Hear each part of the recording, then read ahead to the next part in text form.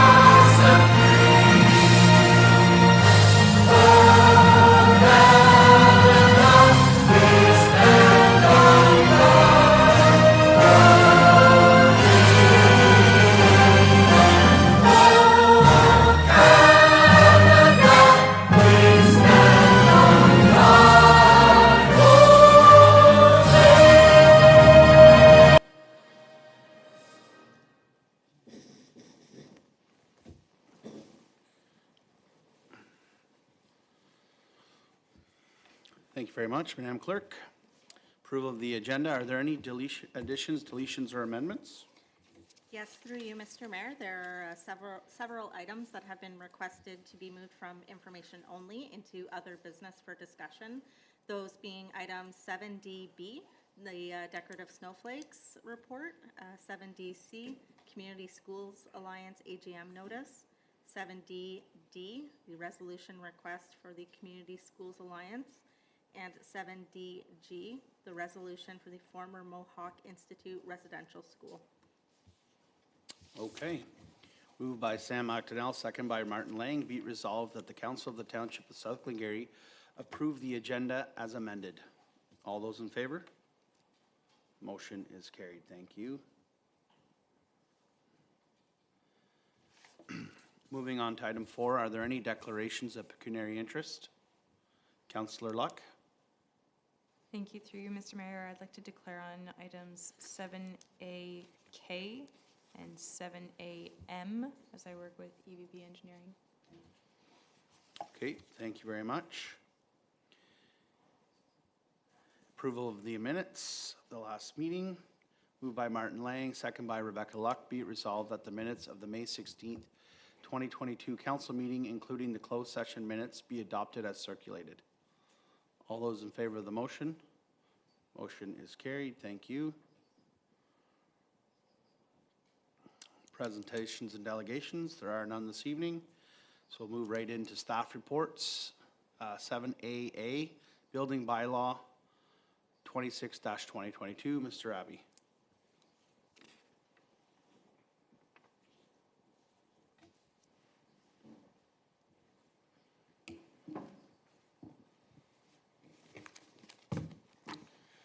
Through Mr. Mayor, good evening, council and everyone in attendance tonight, as well as those viewing online. Council will recall that a new proposed building bylaw was presented at the April 4th council meeting for first and second reading. A public meeting was held on May 2nd as required under section 7.6 and 7.8 of the Building Code Act regarding the proposed fee changes and additions to the bylaw. No members of the public were present at the public meeting to make verbal comments in favor or in opposition of the proposed changes. Administration has not received any written comments from the public to date so far. Now, the building bylaw has seen very few changes since that second reading and is now before council for a third and final reading this evening. Just to highlight a few of those changes that have been made, if we look at section 4.31, we talk about the renewal of a permit. Administration has changed the wording to reflect the renewal of a permit that has been inactive for a period of 12 months. And this is a direct reference to the wording right out of the Building Code Act. Section 4.34 talks about limiting distance agreements, and that's slightly been revised so that the corporation may enter into an agreement, just giving the municipality a little bit of flexibility when it comes to those. Section 6.8 talks about administrative performance deposits, and we've clarified that the refund is to go to the owner at the time of final inspection. And the reason for this is because sometimes ownership does change throughout the building process, so we're just making it clear that it's going to whoever owns the property at the time of the final. Section 12.1 of the bylaw talks about offenses, and we've made two references. The first being a reference to Section 36 of the Building Code Act, and the second being the set fines outlined in Schedule D of this bylaw. Now part of my staff report this evening is two small errors that have come to my attention. The first being in regards to Schedule A, there's some numbering for classes of permits that is out of sequence, so administration will correct those. And the second being the pool enclosure fee is proposed to be $150.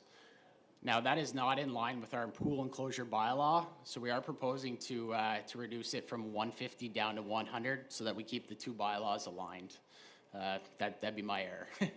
So that concludes my staff report this evening, and I'd just be happy to answer any questions that council may have. Okay, Madam Clerk, these adjustments that he said were the errors that were found. Are we able to pass this tonight should council choose, and they can be amended, or does it have to come back corrected? Through you, Mr. Mayor, council can pass the bylaw this evening with administration making the noted changes. We don't have to come back to another meeting. Okay, thank you. Are there any questions or comments of members of council? Deputy Mayor Jaworski. Thank you. Through you, Mayor Warden. Thank you, Mr. Ravi, for your report and your presentation. I have a comment/question. I have a preview that I'm thinking you're going to say it doesn't really fall under the specific document, but I wanted to bring it up now because I feel it's related. So it has to do with when folks are doing construction that does go long. I mean, they're still in compliance, they still have permits that are proper and orderly, but that it is a long process. My understanding is, as it stands today, sites can keep demolition waste on their sites as long as they have open permits. And, there's been a couple of cases where I've seen where that means that there are sites that have, demolition waste that's been on site for many years. And so I feel that although we with the timelines we've established and we have the performance deposit sort of incentive, I think there should still be some sort of mechanism to encourage folks to, clean up that demolition waste at a certain interval so that, particularly in tighter residential areas, that, adjacent properties aren't necessarily dealing with that, for, multiple years at a time. So I'm gathering you're going to say that this isn't the right place for that, but I still want to ask the question and get your feedback. Thank you. Through you, Mr. Mayor, you're absolutely correct. It's not the correct place for that, but it might be something that we can look at through our property standards bylaw in terms of the waste itself. But the building bylaw does regulate, construction, demolition, change of use permits. So that wouldn't be necessarily the place in terms of material and storage of waste to handle those matters. Okay. Any other questions or comments? Seeing none, I have a resolution before me, moved by Rebecca Luck, second by Stephanie Jaworski. Oh, I'm sorry, I didn't turn the page. Moved by Stephanie Jaworski, second by Sam McDonnell, be it resolved that staff report 68-2022 be received, and that bylaw 26-2022, being a bylaw regulating construction, demolition, change of use permits, and related matters, be read a third and final time, passed, signed, and sealed in open council the 6th day of June, 2022. All those in favor of the motion? Motion is carried. Thank you very much, Mr. Abbey. And moving on to 7A-B, Delegation of Authority, Nuisance Bylaw. Ms. Brunet. Good evening, Council. Through you, Mr. Mayor. I am here this evening in order to request a delegation of authority for the power to approve, modify, or refuse temporary nuisance exemption permits. Our nuisance bylaw currently requires anyone who will be in a temporary violation of our bylaw to come to council, or to make a request to the clerk as well as myself, then come to council and request it be approved, modified, or denied. These exemptions can be anything along like a wedding or a party on a property that they know is going to pass 11 p.m. and they want to make sure if the police are called or if a complaint's reported that it won't be enforced since they have the permission to do it during that time. This evening, I am here to request that that power be given to myself, the manager of municipal law enforcement, in order to avoid coming to council and adding to the agendas, seeing as we are going to have more of these in the near future, as some facilities have started to require this permit as part of their application to use the facility. Therefore, that is what I have to propose to council this evening. Okay, thank you very much, Ms. Brunet. Councillor Lang. Thank you, Mr. Mayor, and through you, thank you, Mr. Brunet, for the staff report. I think it makes sense that some of these need to be done timely. I'm always reluctant to give up council authority to staff. So I think for me, a compromise would be I would like staff to be notified, even if it's afterwards, of any of these that have been done. And then I would like people to realize that if they're turned down, that they have the ability to come to staff, or to council rather, to seek approval. I don't want it to start and end with staff only. I think it's a council responsibility, and I don't want to shirk our responsibility, but I think in the essence of time, sometimes it's needed that staff can make those decisions to have things done timely. Yeah, through you, Mr. Mayor, I would completely agree with that. In addition, I think it would also be useful if it's something that would be ongoing for more than 24 hours, potentially to automatically come to council with that, to see if that's something the council would be in favor of. However, at this point, we can definitely leave it at, if it's refused, I present it as an option to the members of the public that they can still, in other words, appeal it to council. Yeah, I think anything over 24 hours should come to council. I think if it's for a one-off evening, I think, delegating authority is fine. But as Councillor Lang said, council has a responsibility as well. Any other comments? Councillor McDonnell? Through you, Mr. Mayor, I guess along those same lines as Councillor Lang, I would just, there's something even to be added to the manager's reports that come to council and for information only, maybe a section just stating which, what nuisance bylaw or what exemptions were handed out and go from there. But I agree, if there is if it is turned down by staff, I would like to see it come to council for consideration as well. Just at the end of the day, it ultimately buck stops here, so. Okay, thank you. Any other questions or comments? Seeing none, moved by Sam McDonnell, second by Martin Lang. Be it resolved that staff report 69-2022 be received, and that bylaw 35-2022 being a bylaw to delegate authority to the manager of municipal law enforcement to approve, modify, or refuse applications for a temporary nuisance exemption permit be read a first, second, and third time, passed, signed, and sealed this 6th day of June 2022. All those in favor of the motion? Motion is carried. Thank you very much, Ms. Brunet. And we're moving on to 7AC, request to refund a minor variance application. Ms. Haley.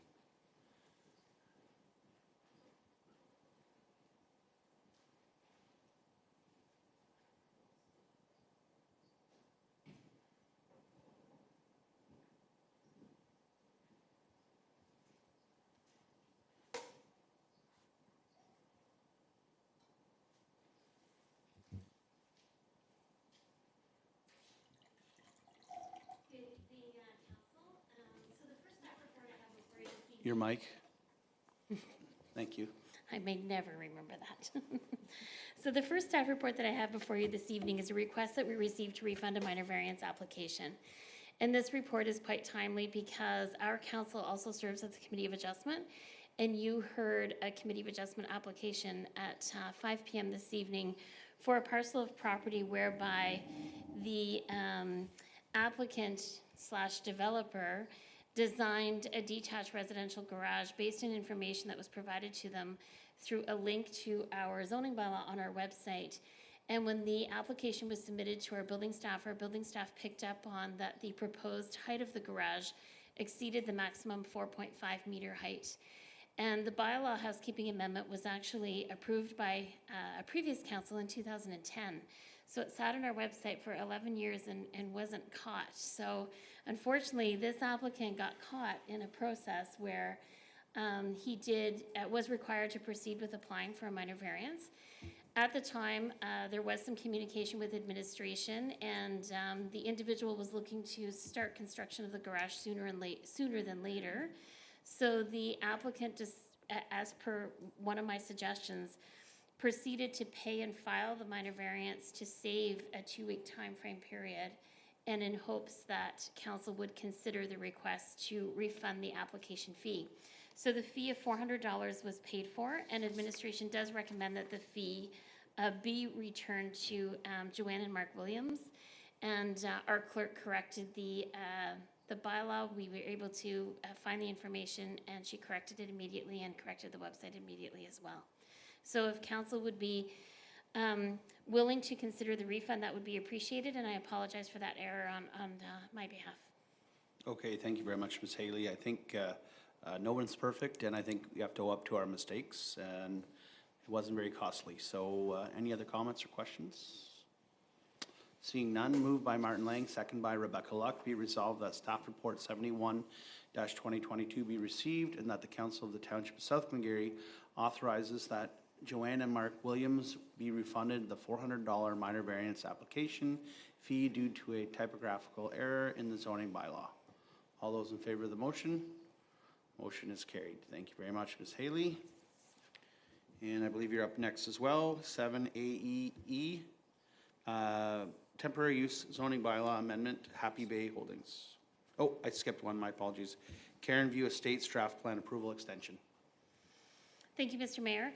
Several weeks ago, we received a notification from the United Counties that the draft plan approval for the subdivision was going to expire if a request hadn't been filed to extend the draft plan approval. In the Ontario Planning Act, when you receive draft plan approval, your approval is in effect for a period of 3 years, and the Act allows you to request extensions every year thereafter. The United Counties recently decided that they would extend 2-year extensions subject to the support and recommendation of the local councils. This subdivision is known as Karen View Estates. It consists of 211 lots. Madam Clerk, if you can scroll down to the attached draft plan, that would be appreciated. And the first 2 phases were registered prior to draft plan approval being issued in 2007. You can see the area highlighted in yellow represents the first 2 phases, and the remainder of the land is what we're speaking about this evening. The entire subdivision consists of 211 lots and several blocks. And so we feel it's important to allow the draft plan approval to continue to exist in hopes that the new property owner will move forward in developing the subject property, whether it's with this design or maybe modifying the design as that's permitted in the Planning Act.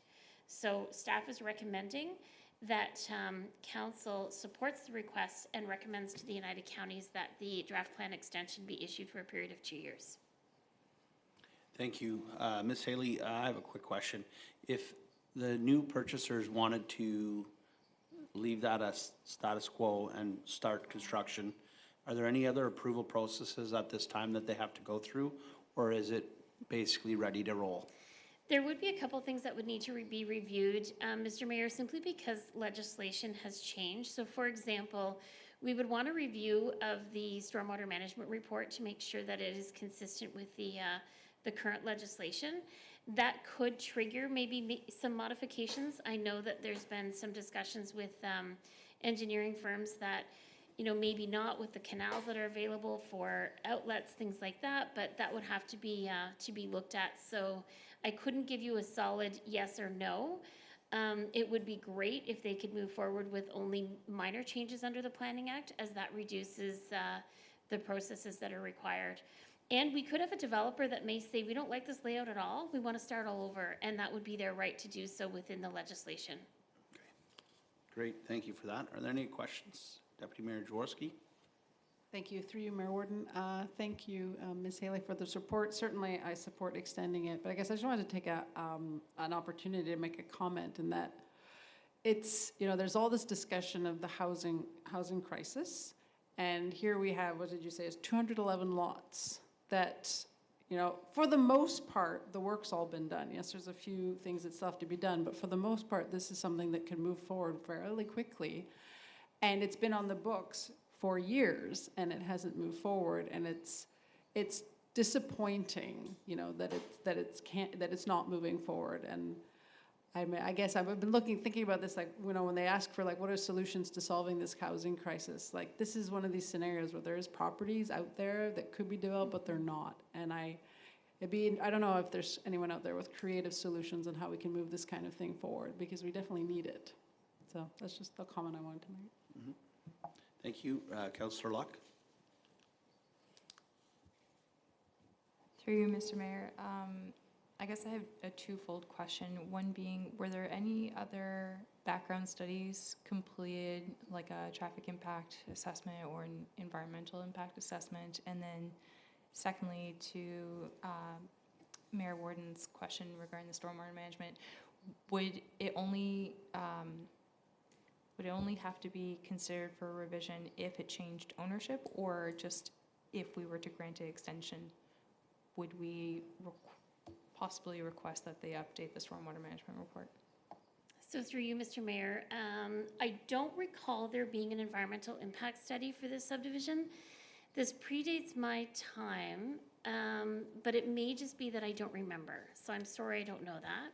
I do know a traffic impact study was completed, and if I remember correctly, that was requested both by the Ministry of Transportation as well as by the United Counties, simply because of the impact to the 401 interchange. At that time, they were looking at the redesign of the interchange and then the impact to the county road.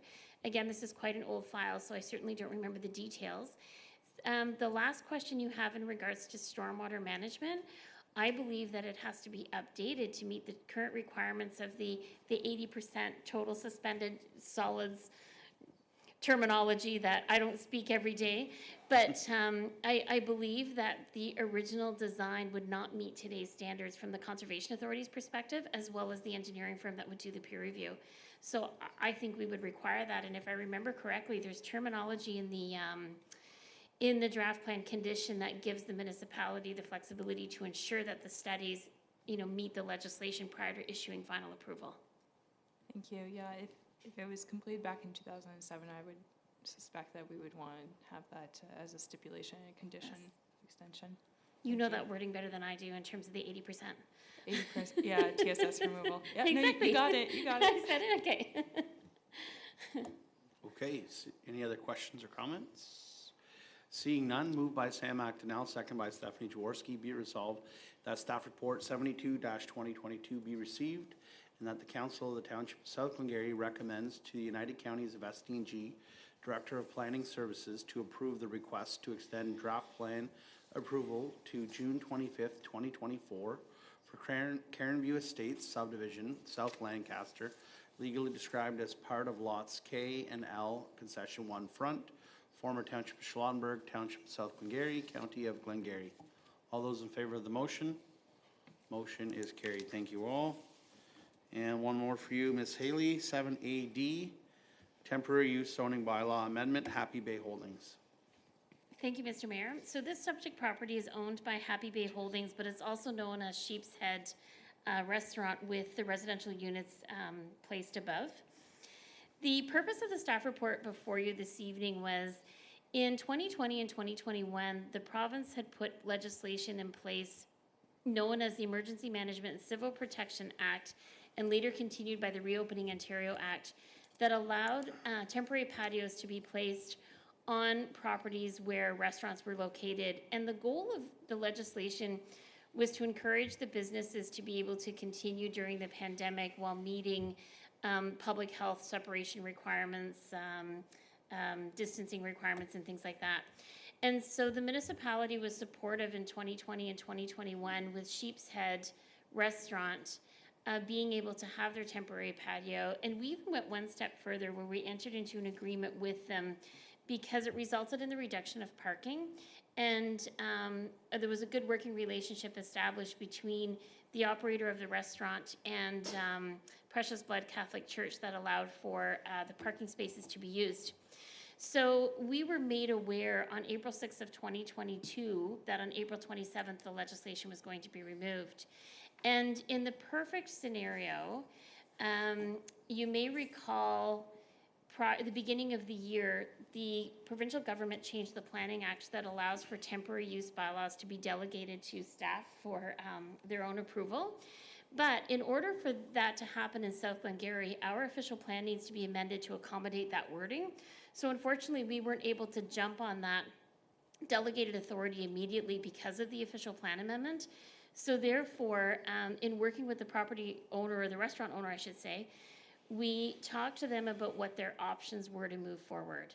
And this was probably the best option to avoid them from coming to us on an annual basis, because when you apply for a temporary use, it allows the municipality to consider approving the temporary use for a period of 3 years. You can also ask for extensions thereafter. And on a positive note, when the patio was in operation from 2020 and 2021, it was the perfect test to prove to us that we didn't receive complaints from the patio being there that resulted in loss of parking spaces. And you'll see our clerk has put the site plan right on the screen for you to see where the location is. And in most cases, when we're dealing with a temporary use request, we don't have that opportunity to have a test before to see if it's going to be supported by the public. And in this case, we did. So we followed the temporary use process under the Planning Act. We held the public meeting, as you know. We had no members of public in attendance, and I received no comments from members of the public. And so the staff report is before you this evening to recommend that this be approved. To be clear, it'll be approved for a period of 3 years if approved, with extensions thereafter. We also had a conversation with the restaurant operator saying that, you know, in 3 years, if he feels that this is really important to his business and wants to keep it on a permanent basis, then we can go through a zoning amendment that would accommodate it for the lifetime of the property. But he felt the temporary use was a good request at this time. We circulated it to the United Counties as they would be impacted with the county road being at the front property line, and we received no negative comments. The county also worked with us in 2020 and 2021 in establishing the agreement. So I recommend that this staff report be approved. Perfect. Ms. Haley, where are we at in regards to the delegated authority? That's a really good question, Mr. Mayor. Unfortunately, I don't know an exact answer to that, but I do know that the county staff is working on an amendment to the official plan that will capture a variety of changes that have come through the Planning Act changes and a few other things. So I can't give you an exact answer, but I know they're working on it. And we talk regularly, and I haven't heard anything that it wasn't going to be moving forward in a fast manner. I think a situation like this, I think it's best that's handled, and then if there's a negative outcome, then it can come to council kind of thing. Yes, and I felt it was best to bring this application without waiting, because if not, the restaurant owner couldn't move forward. So he's anxious to hopefully get the approval and then open the patio. The patio is physically sitting there, but the last time we spoke, he hadn't started using it yet. So I told him I would be contacting him as soon as we had a decision. Perfect. Any questions or comments of council? Councillor Lang? Thank you, Mr. Mayor, through you. Thank you for the report. I think we definitely need to move forward on this and get it passed and encourage our businesses. They've had a tough couple of years, so. Yep. Seeing no other comments, bear with me. Moved by Rebecca Luck, second by Sam McDonnell. Be it resolved that staff report 73-2022 be received, and that bylaw 37-2022, being a bylaw to amend bylaw 3809, the comprehensive zoning bylaw for the township of South Glengarry, for the property legally described as Block 82, Registered Plan 142 in the geographical township of Charlottenburg, now in the township of South Glengarry, county of Glengarry, located at 18299 County Road 2, Glen Walter, also known as Sheep's Head Restaurant, to amend the zoning of the subject lands from core commercial exception 2 to temporary core commercial exception 2 to permit the placement of an outdoor commercial patio that is 13 feet by 23 feet in size to be located at the front of the restaurant, be read a first, second, and third time, passed, signed, and sealed in open council the 6th day of June 2022. This temporary use bylaw will expire on June 6, 2025. The Council of the Township of South Glengarry confirms that no public comments were received on this application, and therefore there was no effect on the decision. All those in favor of the motion? Motion is carried. Thank you very much. And I think Ms. Haley gets a break. I have one more, Mr. Mayor. You do? You do, Ms. Haley, Oh, but it's goodness. later on in the agenda, just Yes. towards the end. I've got Sorry. mutual. Oh, my agenda says number 4F. It's next. Oh, it is, yeah, sorry, yeah. My goodness, jumping ahead here. Yeah, I sorry. wasn't the only one. something I would do. I wasn't the only In one. fairness, Mr. Mayor, this is one of the larger agendas we've had in a while. 7AF, housekeeping amendment to zoning bylaw 3809. Ms. Haley. Okay, so this is definitely my last staff report. Thank you for putting them all together. So, as you know, we have proposed a housekeeping amendment to our zoning bylaw 3809. And the housekeeping amendment is to capture a variety of changes, basically being text changes, new definitions, general provisions for agritourism and poultry, a change to permitted yard encroachments, parking specifically for mini storage and warehouse, and then changes to schedules that corrected mapping errors. So in our before our last council meeting, we held a public meeting where we presented all of the changes in detail. We didn't have anyone in attendance at the meeting, but I did receive feedback from council where one change was made to correct the permissions of poultry in rural areas, and we just basically made one word change. And our Deputy Mayor Jaworski had received comments from a member of the public in regards to the proposed winery and cidery changes. And I had a great conversation with this member of the public, and I certainly learned a few things from her as she's currently growing grapes and knows more about making wine than I would know. But what we were able to do was discuss the differences between a winery and cidery and an agritourism property versus a commercial property. So the goal for agritourism is to make sure we're creating tourism opportunities on a farm that's a viable farm that's working as a farm.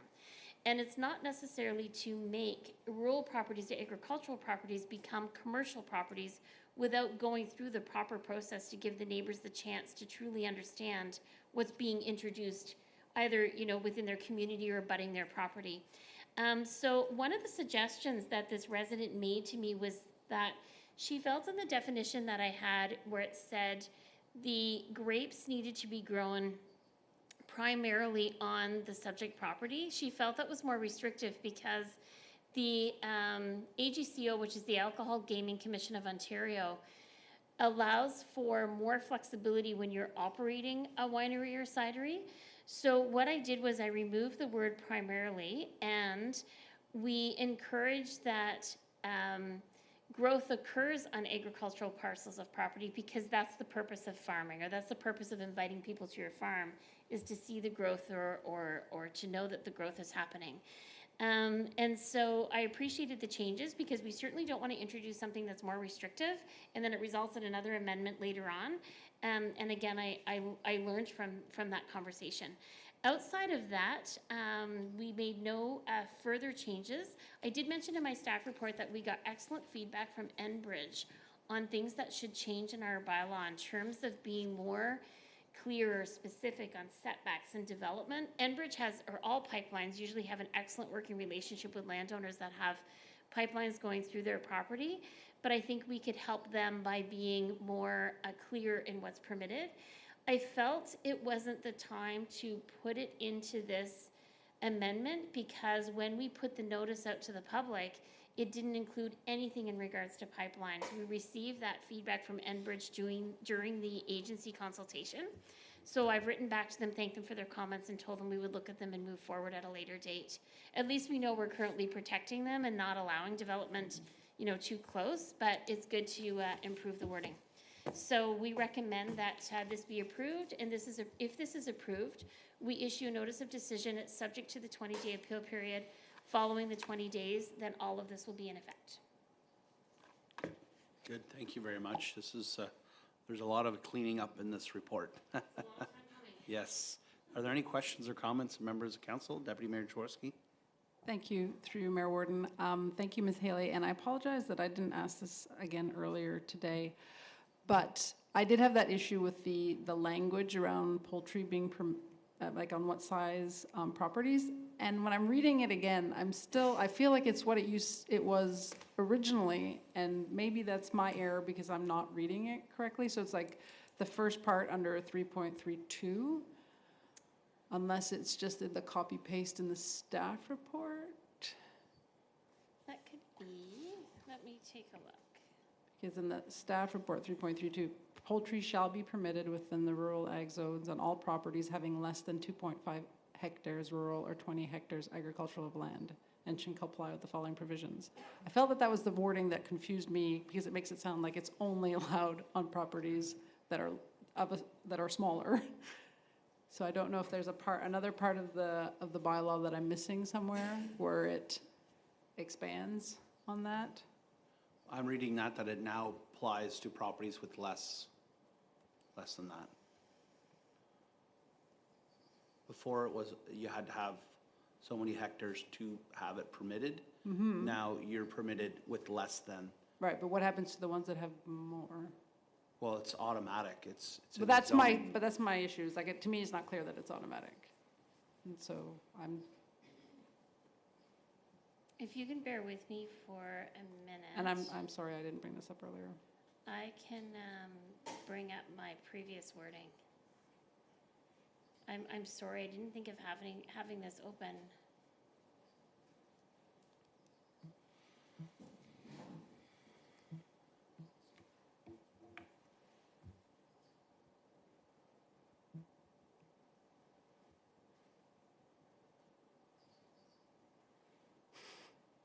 And speaking of poultry, it sounds like there's chirping in that corner of the room. It does. Oh. We don't have a coop.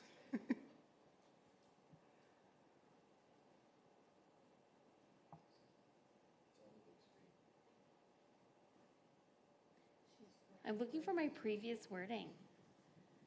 Yeah, but that's why I feel like it's the same for both. And it to a comment that was made earlier, like if it can still be passed, but this detail can be addressed by staff if there's another section that supersedes this. I don't want to hold up the whole meeting.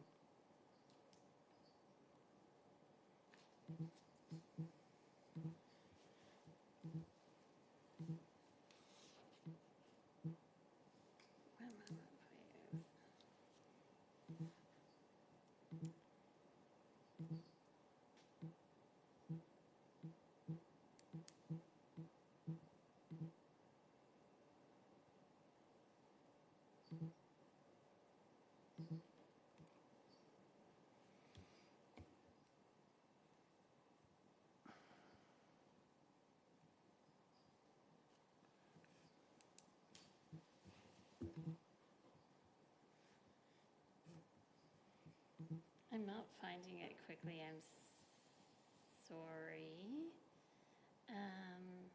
Oh, I do have it up here now, sorry about that.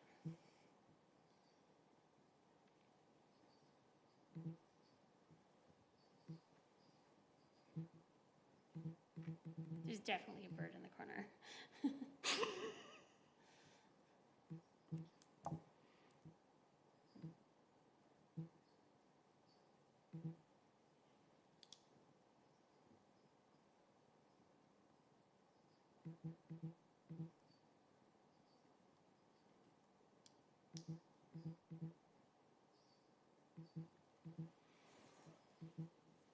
So what I did was I removed the word only. So Okay. previously, we had written poultry shall only be permitted, and this way is poultry shall be permitted within the rural and agricultural on all properties. So before I was too definitive or too restrictive, and now it's more open. Okay, thank Yeah, you. And that's how I read, no, I'm sorry it took me that long to pull it up. No, Okay. thank you very much. My apologies to everybody. That's okay. Better to get It's it better to get it clarified now. right. I'll be back Yeah. before you again with another amendment. Yeah. Are there any other questions or comments on this, this staff report that deals with a slew of things that we've talked about? Seeing none, moved by Stephanie Jaworski, second by Martin Lang. Be it resolved that staff report 74-2022 be received and that bylaw 39-2022, being a bylaw to amend bylaw 3809, the comprehensive zoning bylaw for the township of South Glengarry, be read a first, second, and third time, passed, signed, and sealed in open council the 6th day of June 2022. All those in favor of the motion? Motion is carried. Thank you, Ms. Haley. Thank you. And moving on to staff report 75-2022, Ms. Campo. Thank you, Mr. Mayor, and through you. In 2009, the township entered into a mutual assistance agreement with the United Counties of SD&G, along with the other lower-tier municipalities in SD&G. And what a municipal assistance agreement is that it enables municipalities to set terms and conditions to assist each other in an emergency situation, whereby we're not trying to iron out the details when we're in the midst of a time-sensitive issue. We have it established ahead of time so that we can come to each other's aid when needed. In 2013, the agreement was renewed with the City of Cornwall being added as a party. The agreement is due to be renewed. It was attached to the staff report for council's review. There are a few minor revisions to the agreement which were outlined in the staff report. So subject to any questions of council, the resolution before you this evening is to enter into the revised agreement. And subject to any questions, Chief Robertson and Ms. Haley, as our emergency management coordinator, might also be able to help answer any questions you might have. But the report is before you this evening for approval. Thank you very much. I think this is something that's important that we have in place for those times when emergencies are needed and resources are needed. So any other questions or comments? Seeing none, moved by Martin Lang, second by Rebecca Luck. Be it resolved that staff report 75-2022 be received and that bylaw 36-2022, being a bylaw to enter into a mutual assistance agreement, be read a first, second, and third time, passed, signed, and sealed in open council this 6th day of June 2022. All those in favor of the motion? Motion is carried. Thank you very much. And moving on to staff report 76-2022, Ms. Campo. Thank you, Mr. Mayor, and through you again. The procedural bylaw has come before council over the course of the last couple of meetings for an initial review and then a first and second reading.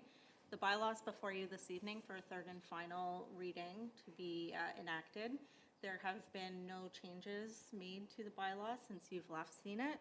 So subject to any final questions you might have, when we come back on June 20th, we will likely have new rules of engagement and procedures. All right, thank you very much for your report. I think you captured everything that council was looking for the first time. So are there any other questions or comments? Deputy Mayor Jaworski. Thank you.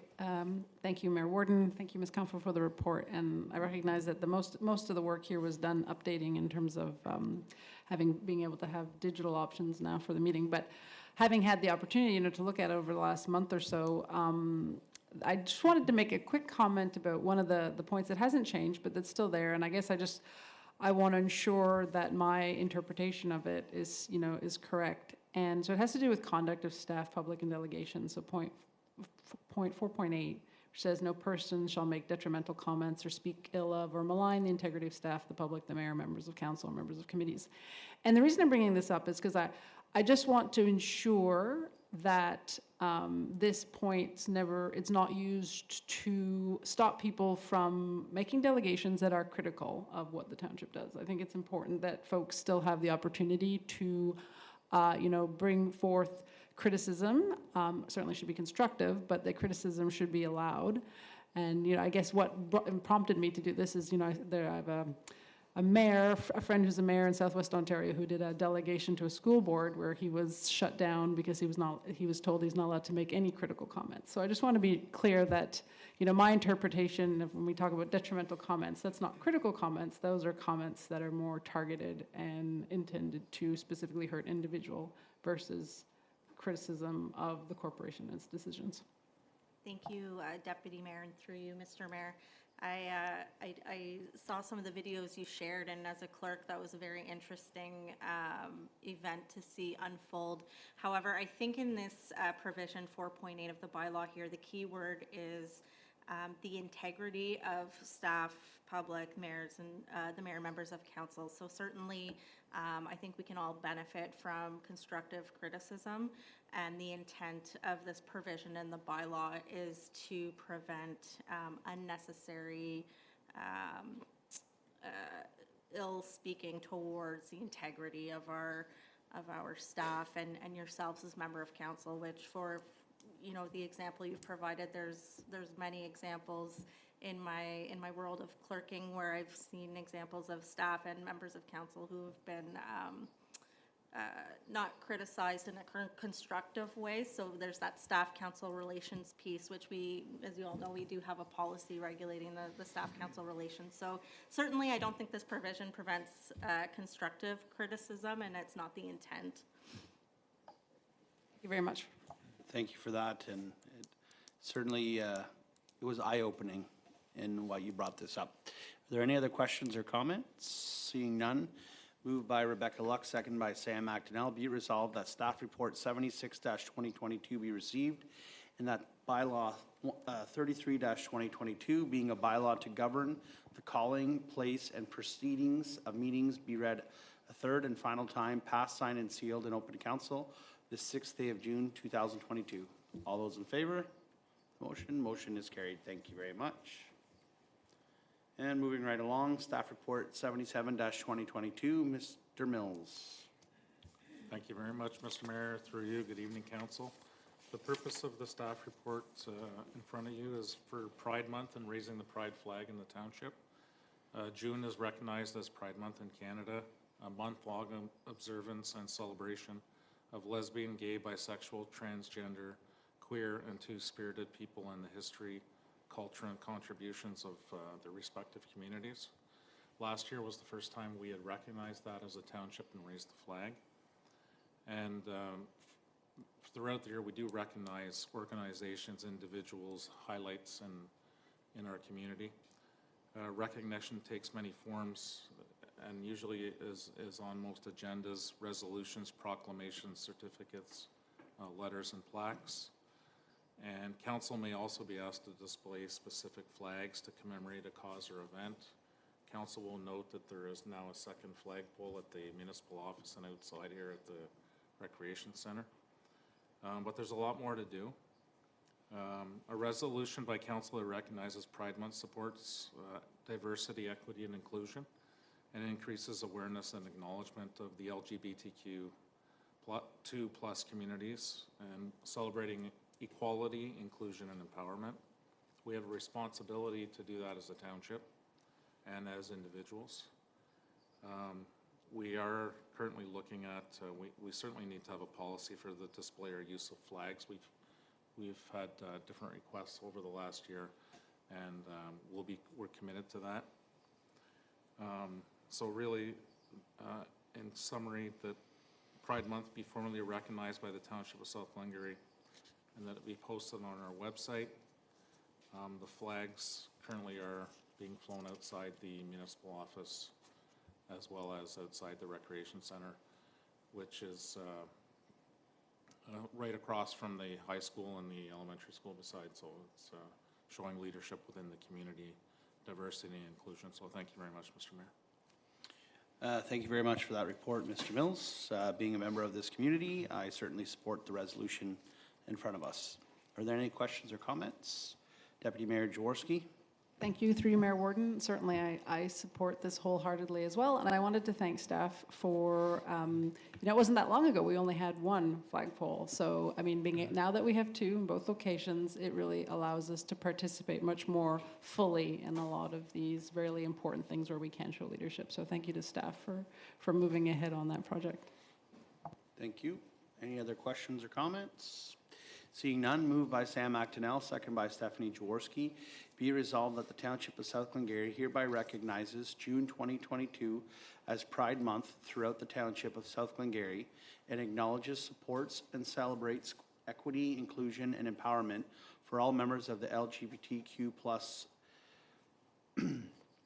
community, and furthermore, that the rainbow flag be raised at the municipal office in Lancaster and at the Char-Lan Recreation Center for the month of June.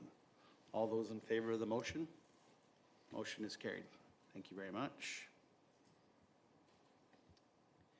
And moving on to staff report 78-2022, Mr. Mills. Thank you very much, Mr. Mayor. Through you, this is the staff report on the right to disconnect policy, which has been mandated provincially. If you look around tonight, there's probably a number of council members, even staff members on with 1 or 2 or 3 devices tonight, and we're all connected. That being said, that we've been asked to look at limits on that as an employer. So any employer that has over 25 employees shall, before March 1st of that year, ensure it has a written policy in place for all employees disconnecting from work, and includes the date that the policy was prepared and the date any changes were made to the policy. As a small municipality, that can be very difficult. So for example, on the weekend, we had a road closure that I just happened to notice and called fire chief and got communication. That's not what we're talking about with disconnect policy. We're talking about respecting one another, especially in terms of workload, so that, you know, if we're working on a report and or we have a request for someone and it's next week, that emails and or phone calls aren't going out at 8 o'clock or 9 o'clock or 10 o'clock at night or on the weekends. The ESA Employment Standards Act defines disconnecting from work as not engaging in work-related communications like emails, videos, or telephone calls, or sending other messages. It doesn't require an employer to create a new right for employees to disconnect from work and be free from the obligation to engage in work-related communications in its policies.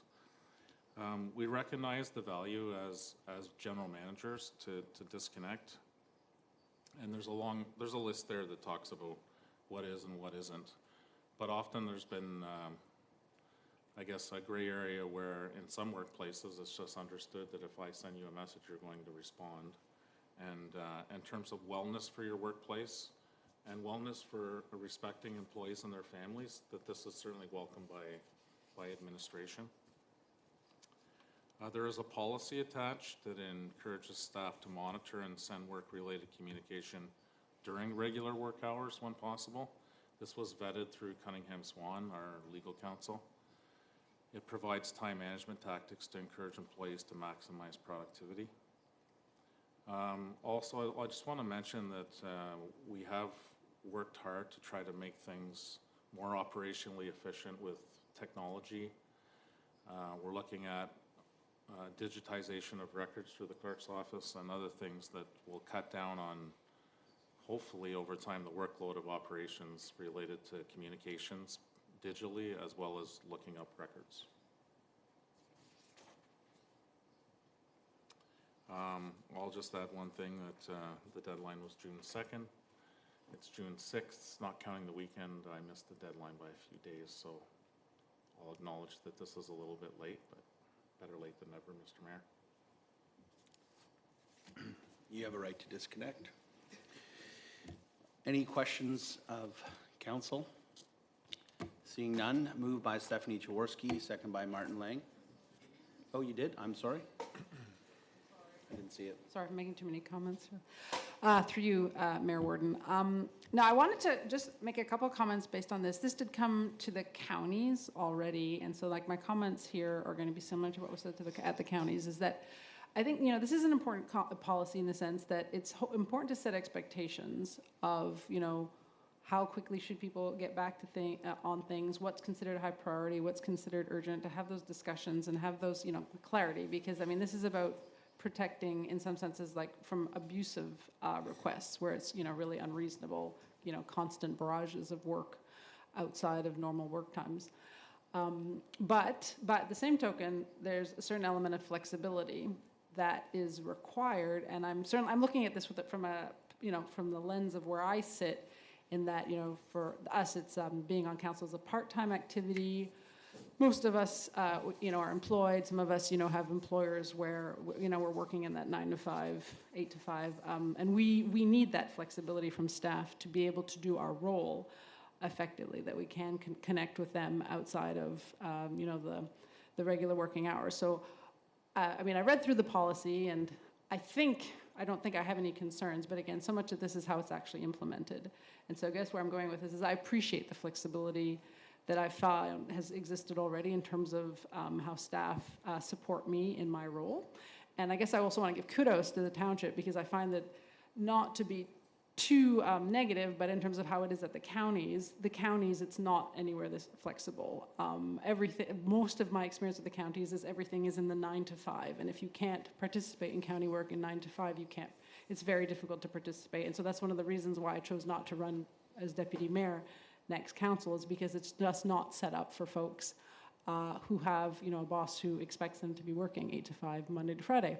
And so I'm just putting it out there because I hope as we move forward as a community and what we want, and having more diverse representation, that we think about those things, about having that kind of flexibility that allows more people to participate as elected leaders. So again, thanks to staff for being flexible, and I hope that's how things will stay as this new policy is put in place. Thank you for those comments. Any other comments? Seeing none, moved by Stephanie Jaworski, second by Martin Lang. Be it resolved that staff report 78-2022 be received, and that bylaw 38-2022, being a bylaw to adopt a right to disconnect policy, be read a first, second, and third time, passed, signed, and sealed in open council this 6th day of June 2022. All those in favor of the motion? Motion is carried. Thank you very much. And moving on to staff report 79-2022, Ms. Servage. Good evening, Council, and through you, Mr. Mayor. This report is regarding the columns in the workshop that is located at the back of the Char-Lan Recreation Center. The columns have corroded and are in need of repair. So this item was identified in the condition report that was produced by EVB Engineering in June of 2021. So EVB Engineering has been at the facility for the current arena floor project, and assessed this item again while on site recently. So as you can see in the attached memo from EVB that's attached to this report, the columns are in pretty bad shape and should be addressed. So staff is recommending that we move forward with getting this project done. With the arena floor project taking place, it would be beneficial to complete this structural repair at this time, although it would be completely separate from the arena floor project that's happening. This would include shoring the roof structure, removing the base of the existing columns, and welding in place a new column splice. The project would also include engineer drawings to complete the work, and then a contractor to execute the repairs. So the rough estimates for this work has been obtained, and it would cost approximately $20,000 to repair. This item has not been included in the 2022 budget. So if council would like to get this project completed, staff would move forward with procuring this project accordingly, and hope to get the work completed during this summer. So I'll leave it open for questions from council. Thank you very much for your report, Ms. Servage. I certainly think that something needs to be done. We're doing work on the arena now. Any other questions or comments? Councillor Lang, then Deputy Mayor Jaworski. Thank you, Mr. Mayor. Just to echo what you just said there, we're doing the construction now. Everything's under renovation. There's no better time to get it done now. So let's move forward. Thank you, through you, Mayor Warden. I fully agree with Councillor Lang.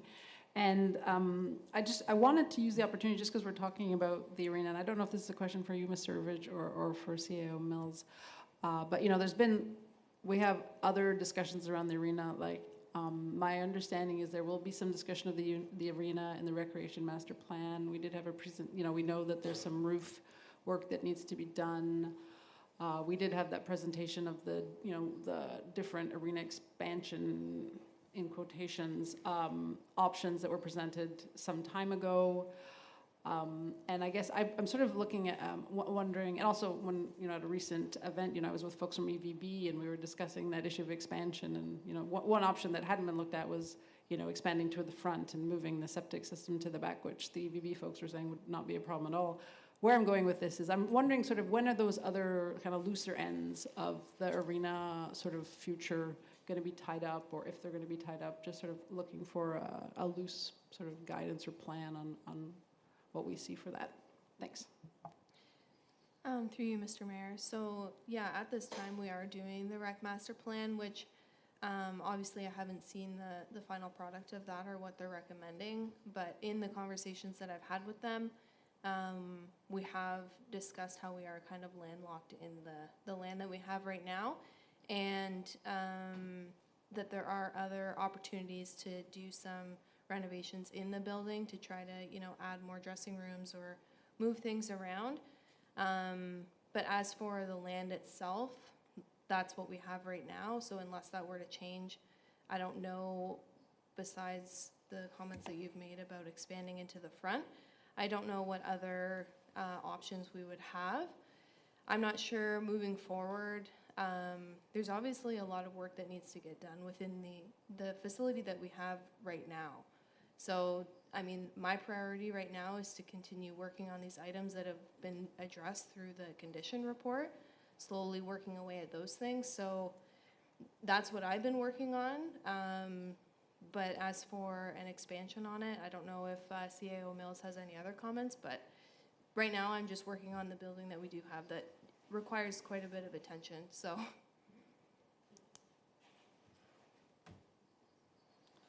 Through you, Mr. Mayor, I don't really have too much else to add, other than, we've discussed land acquisition. Is this we'd have to look at funding, but certainly we're open to having further discussions with council, and I think through the Rackmaster Plan that's an opportunity to discuss where we want to go.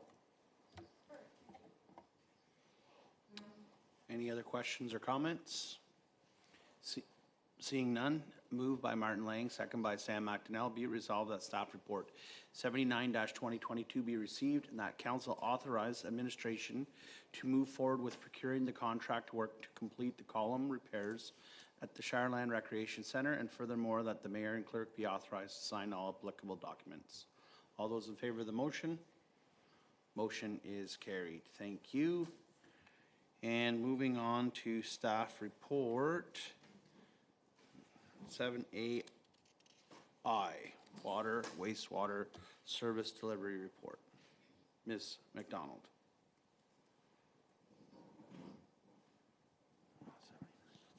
Okay. Thank you, and through you, Mr. Mayor. I'm just looking at my paper copy, and I'm wondering if the staff report number at the top of my report is incorrect. But 79-2022. Correct, but I believe you just read that out from Ms. Servige's report.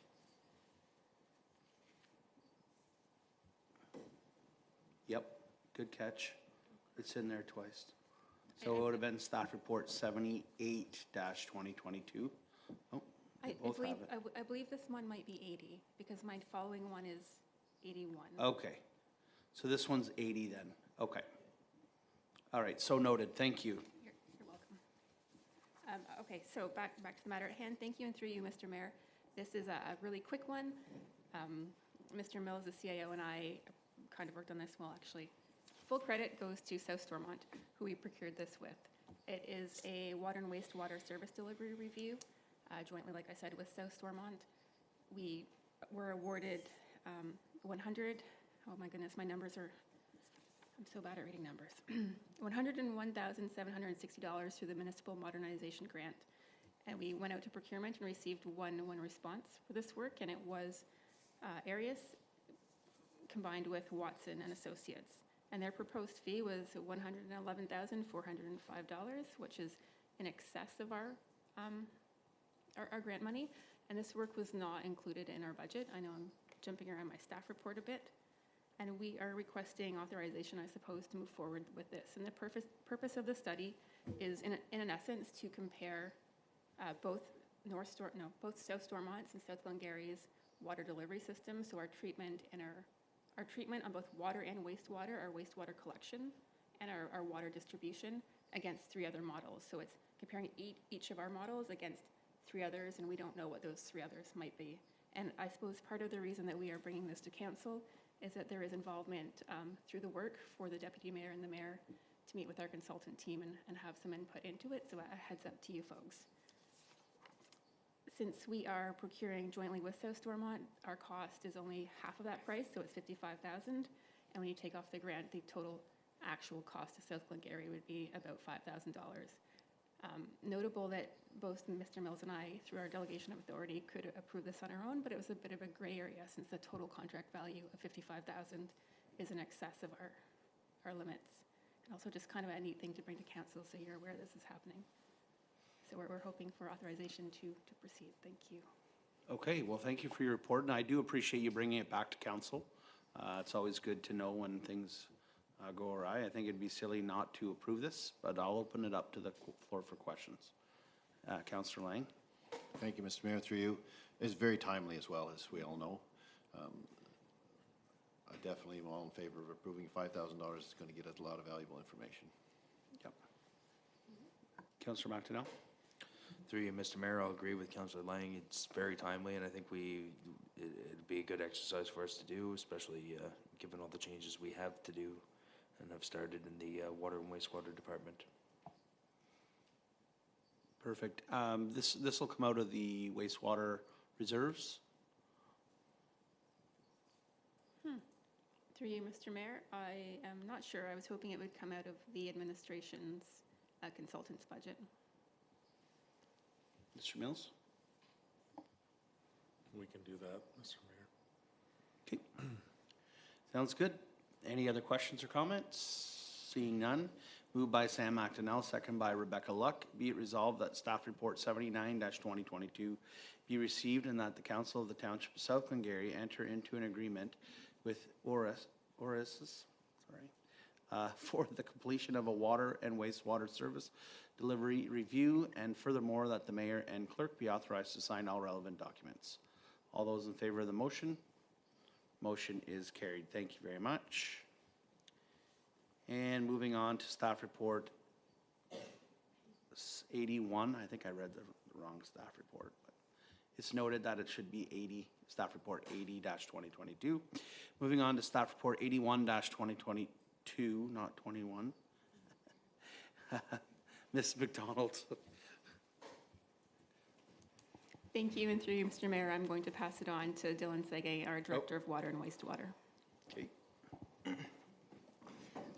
Good evening. Through you, Mr. Mayor, this evening I am bringing forward, I am looking to award the EA for the Glen Water and Wastewater expansion. In early 2022, Council had approved the master plan for the Glen area. Within the master plan, it was noted that the preferred option was expansion. The following steps for completing the EA is to complete a Schedule C environmental assessment. Staff had prepared an RFP for tender, and 3 submissions were received. So the first submission was Ainley Group at $133,863. Secondly, we had EVB Engineering at $88,639. And thirdly, we had Greer Galloway at $97,777. So after reviewing all the submissions and confirming they met the RFP, each firm was scored on the scoring matrix. As per the scoring matrix, EVB had the highest scoring for the proposal, and it would be staff's recommendation to move forward and award the EA to EVB Engineering at a price of $88,639. And if council has any questions. I have a question. In regards to the hours of drawing, I noticed there's quite a bit of discrepancy from all three. Maybe the first one has too many hours, the second one maybe has closer to, but EVB only has 55 hours of drawing. So I guess the question that I would have is that if it goes over the 55 hours, are we expected to pay more? That is an excellent question, Mr. Mayor, and thank you for picking up on that. We put that additional information in since when reviewing engineering submissions or proposals, it's not simply fee-based. It's very much what that final product will be.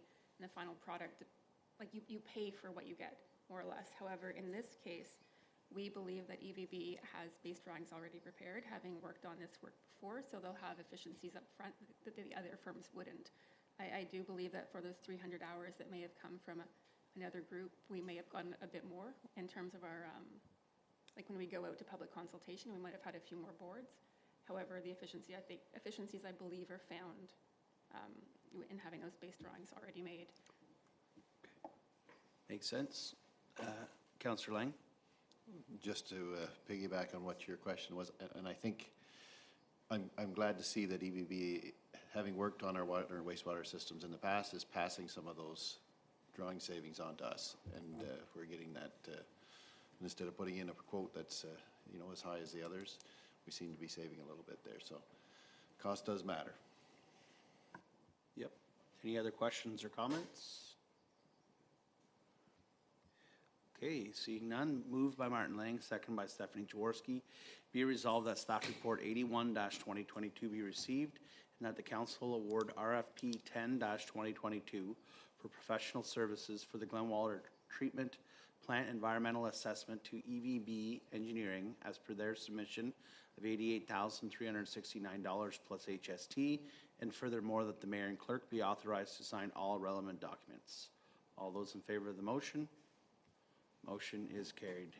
Glad to see this continue on. Moving on to staff report 82-2022, Chief Robertson.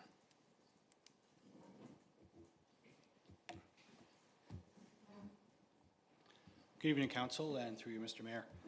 The agreement I'm going to speak to tonight has been, we've had a request brought forward to the township from a group called the Seaway Valley Amateur Radio Club, and by extension, the Stormont Dundas and Glengarry Amateur Radio Emergency Service. The request is to place a repeater into our radio infrastructure, into our network. It would be located at the Beaverbrook Landfill site where we have a radio tower. The reason behind their request is they're hoping to augment their own network to increase their coverage for their own radio needs. This group, they're very much a valued partner on a number of different fronts. They assist the community with the Raisin River Canoe Race from a communications perspective. They assist both St. John Ambulance, the OPP, and the South Glengarry Fire Service at that event. But they also are a backup through emergency management, through the county, and through many of the townships, if not all, in SDNG. And basically, we would like to support them in their endeavor to increase their network.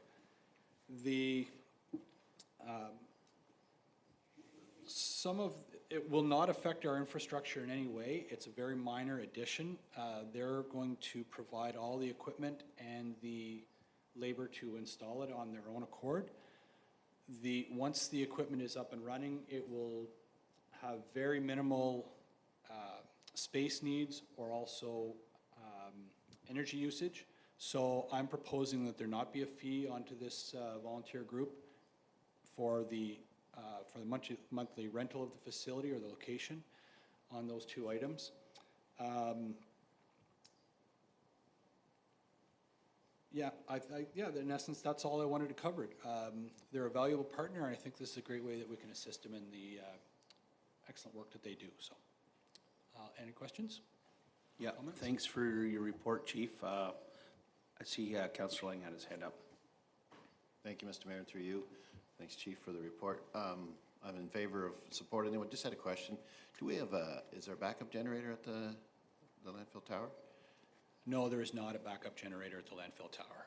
Is it, At this you know, and just thinking maybe there should be, you know, especially if we use it for emergency for our fire services. And, you know, I don't know what the emergency could be, but, you know, something like the A-storm or so forth. And if they're using it for their backup to our backup, maybe there should be a generator there. So there is no generator at our site. This site, actually, I should add, hosts both one of our fire service radio network pieces, but it also is the sole location for our roads department radio network. All that equipment is located there. There is no backup generator, but all of our locations that do have mobile radios do have backup battery systems. And depending on, of course, the radio usage, those battery backups could last anywhere from 30 minutes to a number of hours. But there is no prolonged backup system. I think your idea is good, Councillor Lang. I'm wondering if a solar panel would be a more economical way to add a little bit of backup, because I don't think they take a lot of power. No, through you, Mr. Mayor, and to that question, I guess if I considered most of our power outages, it's often, but not overly often, that we're using radios during power outages. So we would have to compare the quantity or the amount of time that would be used on our backup system versus the cost and the duration that we would actually be able to produce. But by all means, solar, if I'll definitely have a look at it. If solar could just augment it to a certain degree, that's a very viable and fairly inexpensive at that location backups means, yes. Deputy Mayor, you had your hand up. Thank you, through you, Mayor Warden. No, I certainly think what Councillor Lang is proposing makes a lot of sense. And like you say, you don't know what kind of emergency it might be or how long it lasts, but I mean, so we have a friend who's a councillor in Stittsville in Ottawa, and they only got their power back yesterday. I mean, everyone. There were still some straggling till yesterday after the crazy storms they had. So I mean, you know, we've been lucky we haven't had those come through here just yet. Ottawa's been unlucky, but we might not, you know, our luck might run out. So I think, you know, having backup systems, backup to backup, and having emergency power, I think is really important. Particularly some of these emergencies can last, you know, quite a bit of time. So I think it makes a lot of sense. Yep. So basically, I will look into the solar idea, and I'll both look into both a permanent generator backup, but also the means that we already currently have with portable generator backups. If it's a location that it looks like it's going to be a number of days, if we just have to oversee it and fill it full of fuel, then maybe that's a cost-effective way that we can move forward. Thank you for those comments. Councillor McDonnell? Yeah, through you, Mr. Deputy Mayor, or Mr. Mayor. I guess, Chief, that was going to be my comment. I guess you got to it before I got to make my comment. Was a relatively cheap generator that would be required to run that. I mean, you wouldn't need anything major, and I guess the Deputy Mayor's point as well. It's you never know when one of these things could come through, or we could be of assistance to, you know, where our network could come in handy to help out those areas where I'm assuming their probably network towers went down in that last storm. So. Okay, good. Any other questions or comments? Seeing none, moved by Rebecca Luck, second by Martin Lang. Be it resolved that staff report 82-2022 be received, and that the Township of South Glengarry enter into a radio repeater hosting agreement with the Seaway Valley Amateur Radio Club, and furthermore, that the mayor and clerk be authorized to sign all relevant documents. All those in favor of the motion? Motion is carried. Thank you very much. And moving on. Okay, so we're moving into other business. 7BA, Barish Purcell Mutual Agreement Drain. Ms. McDonald.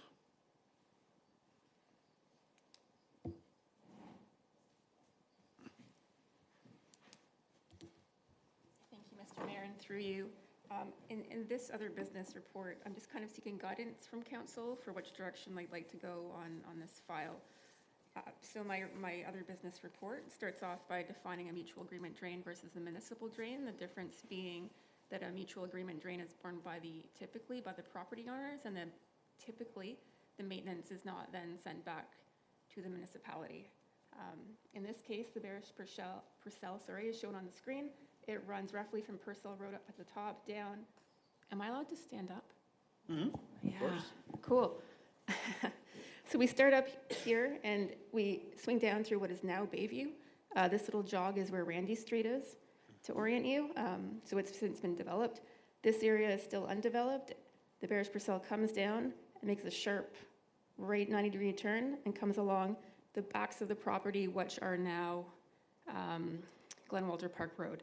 So those townhomes that are built here. Those townhomes back onto the drain, and like their water sheds into the drain. And then it comes out to the St. Lawrence River over here. That's where it is and what it is. It has a long and complicated history that I've been digging back through old council minutes and old files to find out like what's happened here and what's gone on. And the big kicker on this one and why I'm here is that the agreement, so the legal document drawn up for the Purcell reads that the corporation, being the Township of South Glengarry, agrees to maintain the drainage works, the cost of which shall be borne by the owners of lots or parts of the lands, excluding lands used for municipal purposes.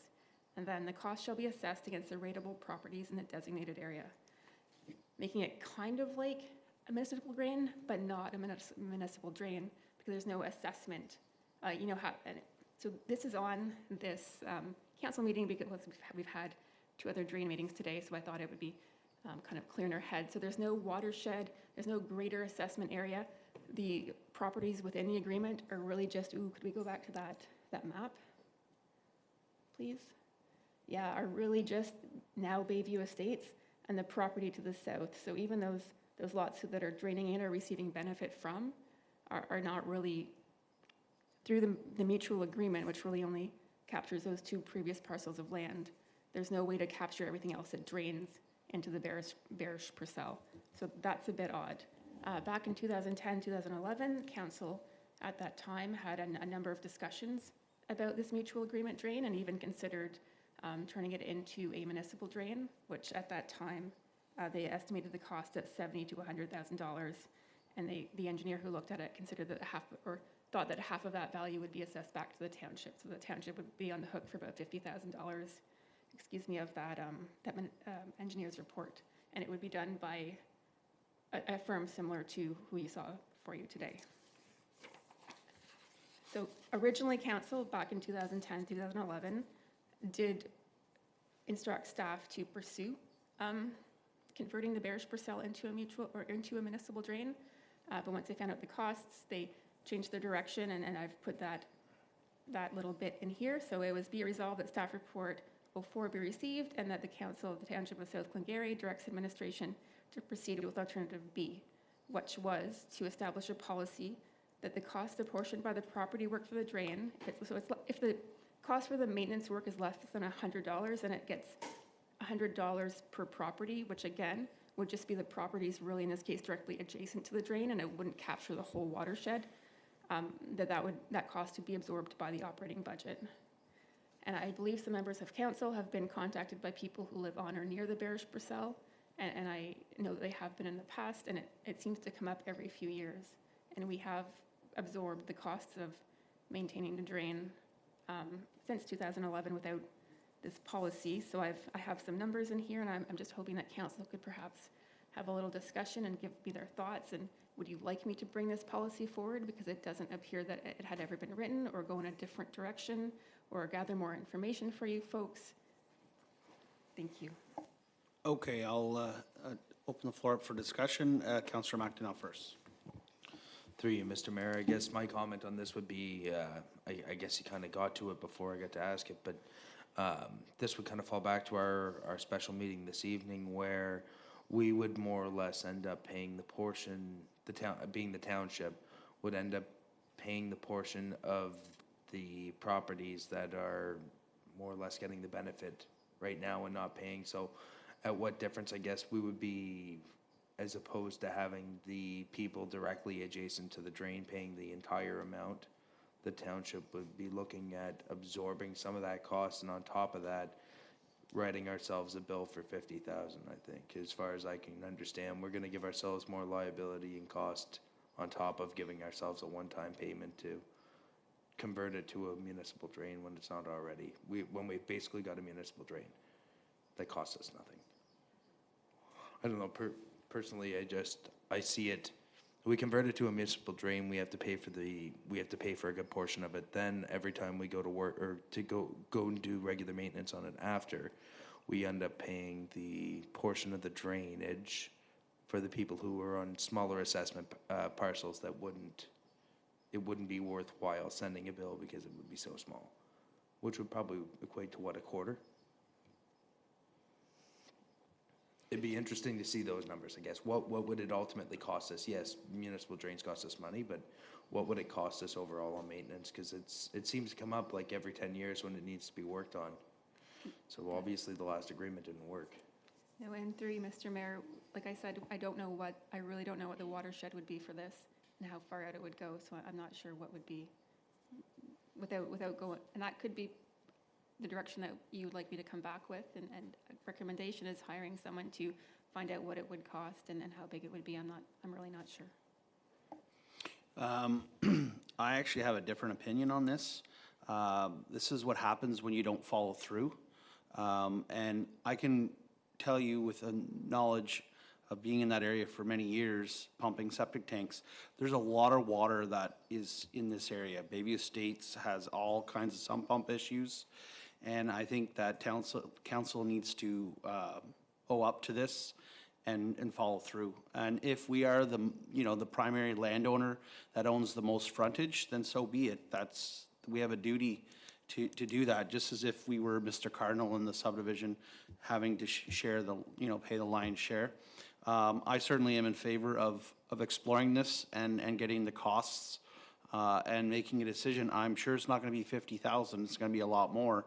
But there's a lot of assessment dollars that drain into this, and I think that as a municipality we have a duty to look into it.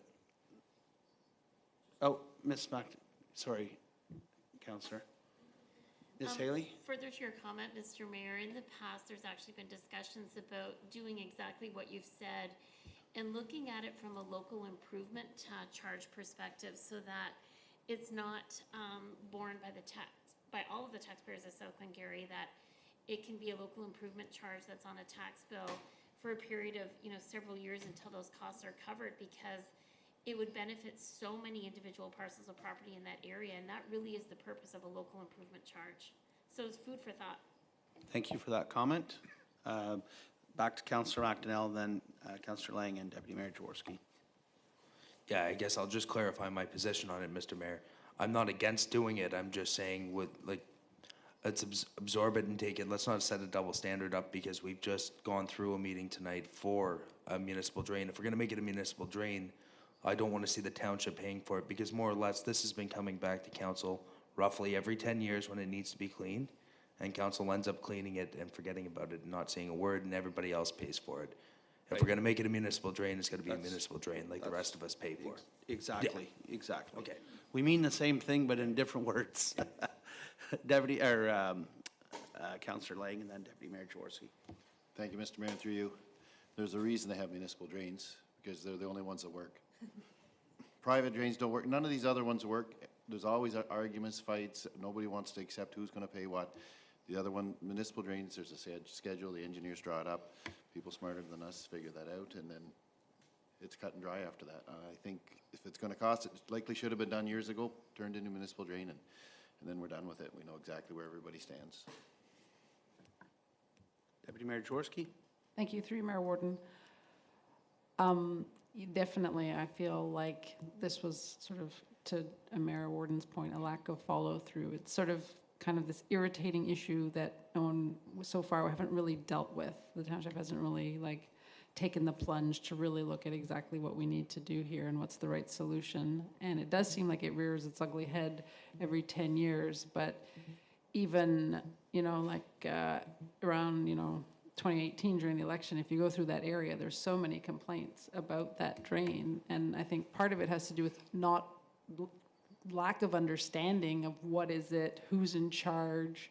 So another opportunity to try to start getting people more aware, info sessions or whatnot. But yeah, something needs to be done because I think, maybe I'm being too negative here, but a lot of some of what was done in terms of cleaning it was more of a Band-Aid versus really dealing with it so that it lasts, in terms of good drainage for a prolonged period of time. So I think we do, whether it's a municipal drain, whether it's the local improvement charge approach, I think we need to have like an expert look at it to really, what is the watershed, who's benefiting? And I don't know if it would all be the township because, that specific piece of water, it goes through a number of other properties outside of that development. But, again, I'm not an expert on where it starts and where it finishes, but, Okay. yep, thank you. Good comments. All right. Oh, Councillor Luck. Thank you, through you, Mr. Mayor. Do you know if all the area, like to the south where it turns at 90 degrees, is it like fully developed, that area, for the ones that butt the drain?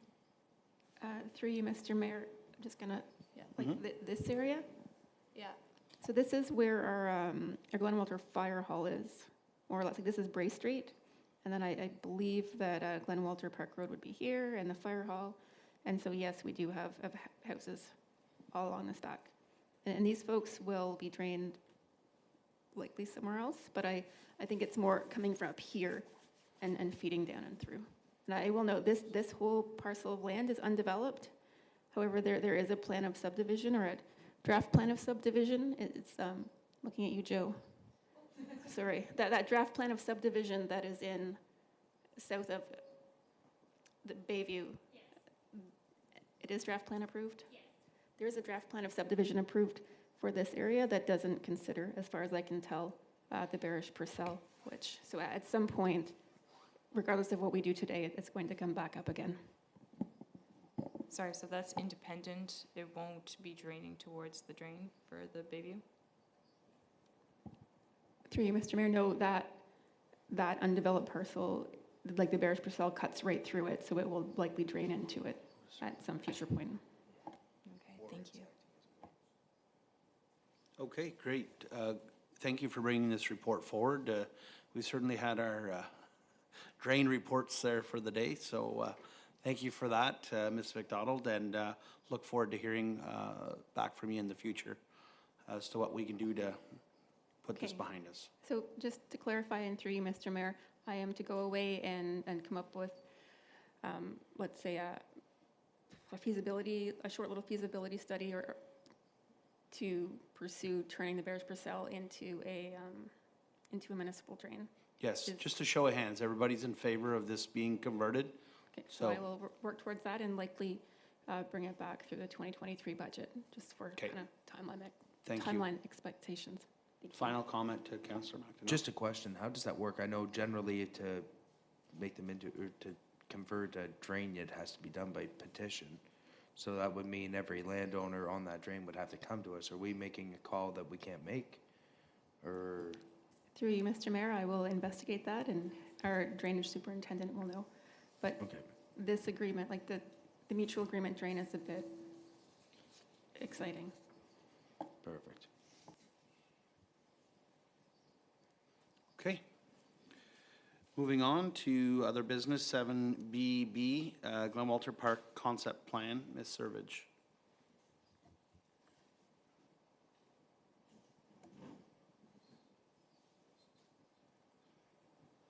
Okay, thank you, and through you, Mr. Mayor. This report is a little bit more exciting than the last one that I just did, so exciting project that we have happening at the Glen Walter Waterfront Park. So I'm bringing this information report forward just because I thought it was important for council to see the conceptual plan that has been put together for the Glen Walter Waterfront Park. So funds for this development was approved through the 2022 budget, and staff has been working towards its development since earlier this year. So as mentioned in the report, this concept plan has helped staff consult with agencies through the planning process. So we've consulted with the SDG counties to ensure the park development did not interfere with the safety and maintenance of County Road 2, as it's a pretty small park.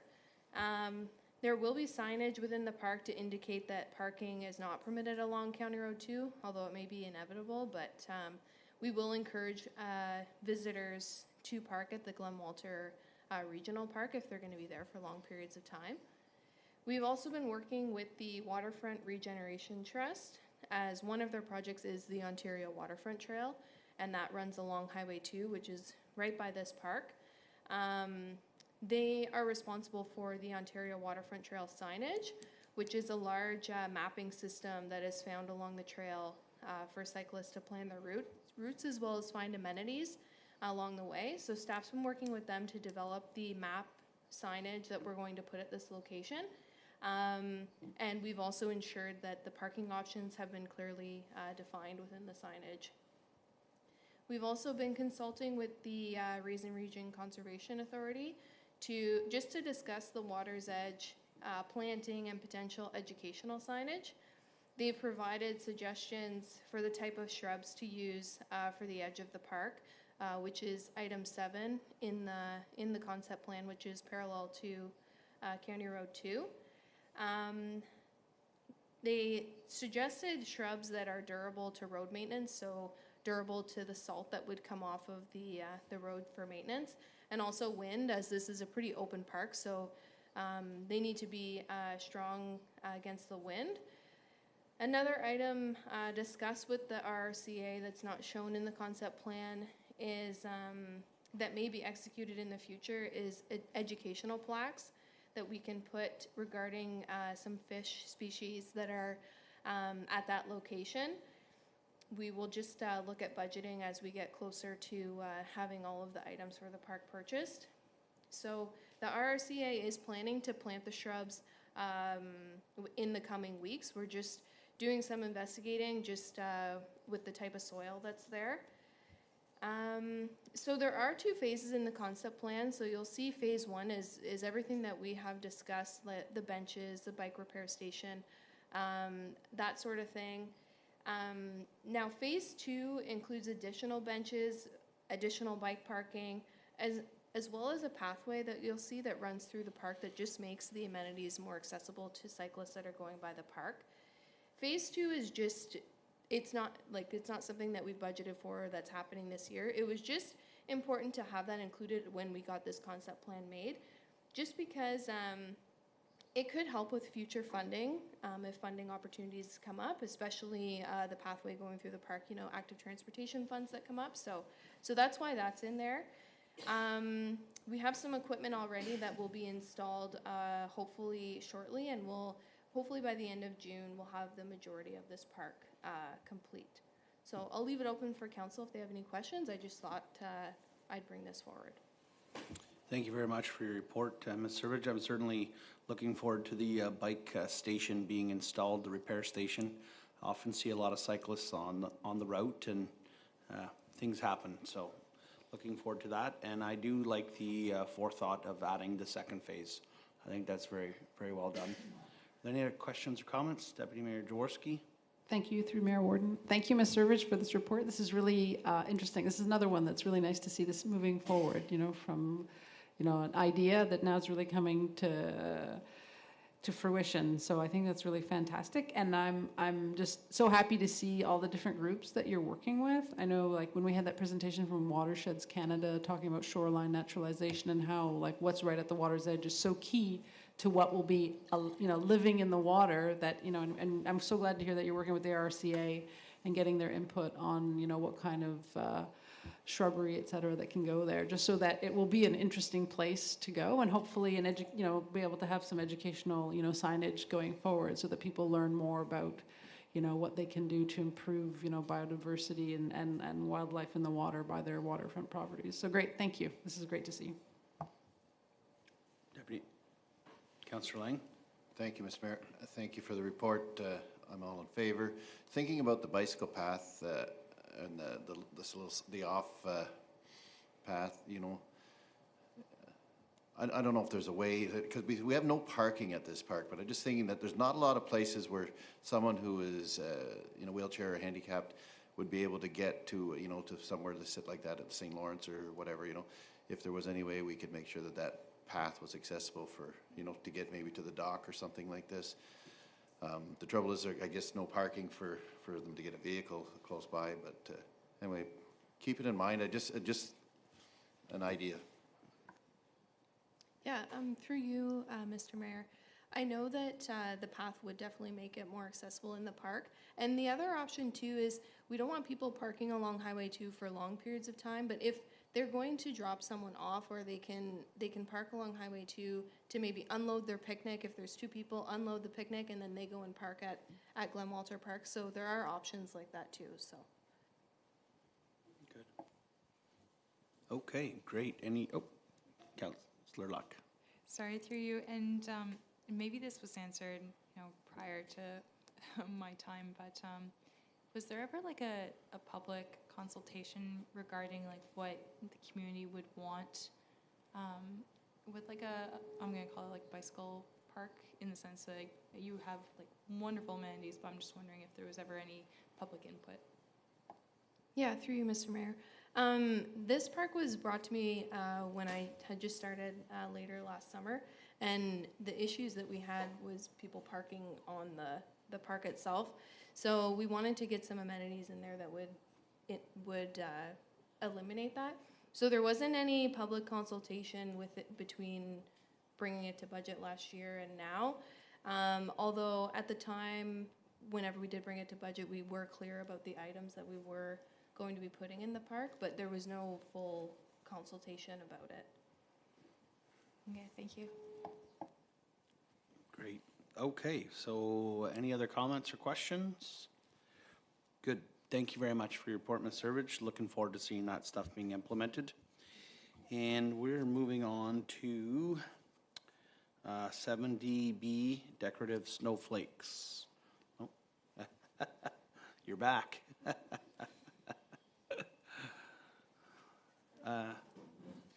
I'm not sure who asked to have it. Oh, yeah, good. I was going to ask for it as well. Okay, well, I just quickly wanted to say thank you. I'm glad to hear that this is happening. Thank you for doing it.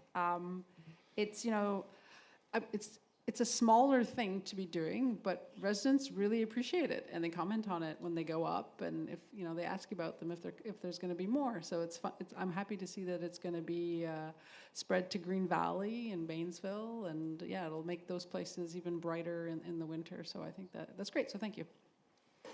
I echo her comments, and looking forward to it as well. Any other questions or comments on that one? And moving on to 7DC, Community Schools Alliance AGM notice. Deputy Mayor Jaworski. Thank you. Through you, Mayor Warden. So you'll notice in the agenda package that the Community Schools Alliance, of which I'm a member on the executive, we are going to have a virtual annual meeting, and so this is to inform everyone there'll be the virtual AGM on August 9th at 7 p.m. It'll be just prior to AMO. And so anyone who is a member of council of a member municipality, so South Glengarry is a member of the Community Schools Alliance, so anyone on our council can attend the virtual meeting. And I would encourage folks to do so if they can. That's also where we elect members to the executive. And so I'm on the executive and my term is ending. It's a 3-year term. So I'm going to put my name forward to be on executive again. So again, if folks want to be able to vote in the election, they need to register for the virtual meeting and they need to attend, and then they can vote afterwards. So we're hoping to have good interest. We had a large AGM last year, so I hope folks want to participate and hear a little bit more detail about what the Community Schools Alliance have been doing, because we did some really good research, funded some really important research done by the University of Western Ontario about the socioeconomic value of having a school in your community, and that was a first for that kind of research done in Ontario. So we hope to keep doing interesting work like that. So that's for that one. Did you want me to continue? Just keep then the rolling next on to the next one. Yeah, so the next one is also the Community Schools Alliance. We set out a document, a resolution that we wanted to share with all our member municipalities, and we can go beyond as well. And the resolution has to do primarily with the Rural and Northern Education Fund. So the provincial government has this RENEF fund where right now it's at $21.8 million, and it's set aside for schools that are designated rural and northern. And so in the province, that works out to about 1,182 rural or northern schools. So 21.8 million divided by that number gives you about $18,000 per rural or northern school, sort of as a recognition that it is a bit more difficult to operate as a school in rural and northern areas, you know, for a variety of reasons, one of which, you know, smaller student population. And in our municipality, the schools that benefit from this funding are Char-Lan, WPS, Iona, and L'Ange Gardien. So the resolution from the Community Schools Alliance is that we're asking the provincial government to double it, well, more than double it to 50 million, because we think this is a very important funding tool to make up for the fact that the education funding formula really just doesn't recognize the unique funding challenges that the per pupil funding formula makes on rural schools. So that's the first point of the resolution. The second point is that there is currently still a moratorium on school closures. So, and we are expecting, those of us who kind of look at this a lot, we think that that moratorium will be lifted soon. And we are requesting that if that moratorium, if it does lift, we're asking that it be not lifted, that it be left in place for schools that are on that rural and northern education list. So schools that are rural and northern, that they don't be hit by the lifting of the moratorium, because typically they're the ones that suffer the most. And, you know, we're asking that a funding formula review be made before the moratorium is lifted on rural and northern schools. And then the last point of the resolution has to do with, there are guidelines from the province on how to do a school closure review, or what they call a pupil accommodation review, and it was never completed. There was a new guideline put out in 2018, but it was never completed, and there's templates that were meant to be done, so we're requesting that if they do actually finish that guideline, and that they work with groups like the Community Schools Alliance to finish those templates. So those are the 3 points of the resolution. I hope that Council will see fit in supporting this resolution and these points, and that we would share them, you know, with our MPP and other municipalities. So that's it for Community Schools Alliance information. Thank you. Okay, thank you very much for that, Deputy Mayor Jaworski. Councillor Lang. Thank you, Mr. Mayor, through you. And first off, I'd like to thank Deputy Mayor for sitting on this for the last 4 years, and maybe even a little bit more. I think it was just before that, yeah, you were elected, yes. Yeah. And representing us and representing this community and looking out for our local schools. Done an awful pile of work on this, and it's much appreciated. Would you like a formal nomination from council as far as being nominated to run, or are you just going to? I don't need one. It's very kind to have one, but I don't need one. I can nominate myself, so I don't need to. But I encourage you to vote for me, though. We will. I do think we should support the resolution, though, and Yep. and maybe staff can bring that back at our next meeting, and we can formally do that. Yep, I have no problem with that. Yeah. Councillor Locke. Through you, Mr. Mayor, I'm definitely in support of supporting the resolution. Thank you, Deputy Mayor Jaworski. Perfect. Councillor McDonnell. Through you, Mr. Mayor, I'll agree. I think even just doubling that grant money won't be enough, probably. I think if you look at probably what it's going to cost to bus these kids around to anything that they're going to be going to, and what they'll be just getting themselves to school, the increase between the cost of diesel and wage increases is going to eat up most of that. Well, was what, less than 9,000 before, now maybe 18,000 per school. That's going to be eaten up in a hurry. It's 18,000 now? Okay. So even 36, though, it'll probably be eaten up pretty quick between what it's costing just to get these kids moved around, let alone any out of school days. So It's kind of enveloped in how it can be used. Like for example, like at Char-Lan a couple of years ago, the way they used it is they used it to top up the guidance FTE allocation, so that someone could spend more guidance time with students and help like do more like student success work to ensure that, you know, the students had what they needed to graduate, to go into what they wanted to do in the future. So that schools can use it in different ways, but to your point, it gets used up very quickly. So it definitely could be easily more than that, but I'm trying to be reasonable. The Community Schools Alliance prides itself on being reasonable, so that's why we're starting with that number. well, and basic funding will start to go more to those fixed costs that were before just assumed to be there, so I'm sure it's a good initiative. Okay, thank you. Good discussion. Moving on to 7DG. Yeah, Deputy Mayor Jaworski. Thank you. So I brought this forward because, it refers to the Mohawk Institute Residential School that's was in Brantford. And the reason I'm bringing it forward is there is a connection to our community in that there were students, children sent from, the former St. Regis band that were sent to the Mohawk Institute Residential School, and who detailed the abuse that they suffered there.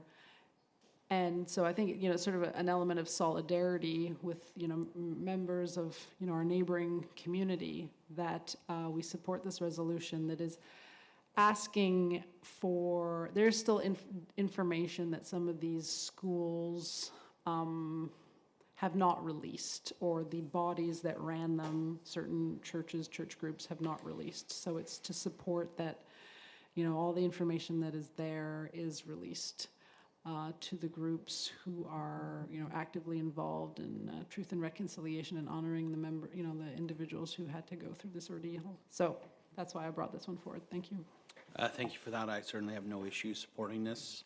I echo what you say. We need to stand in solidarity with our community members that live in this area. And yeah, any other questions or comments?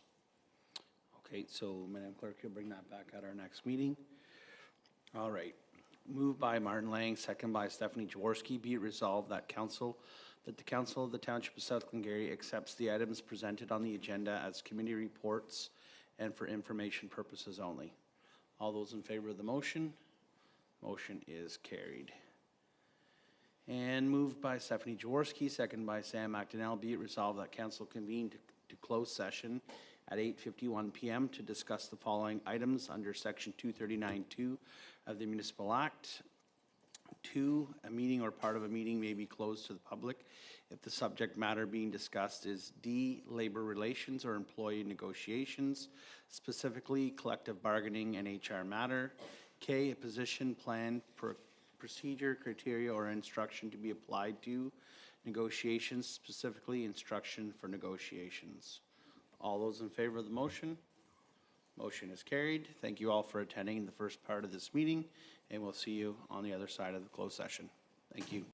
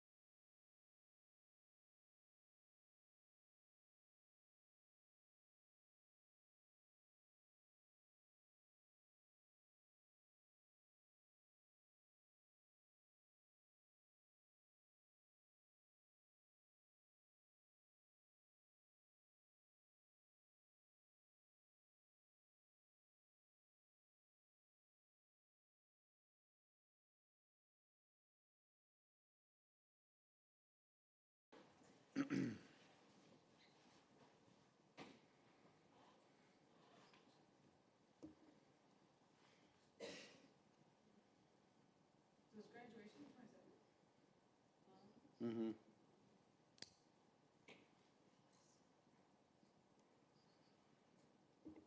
Oh, hold on, stop. Make sure that those are off. Please. Oh, I guess I could have reached over, but.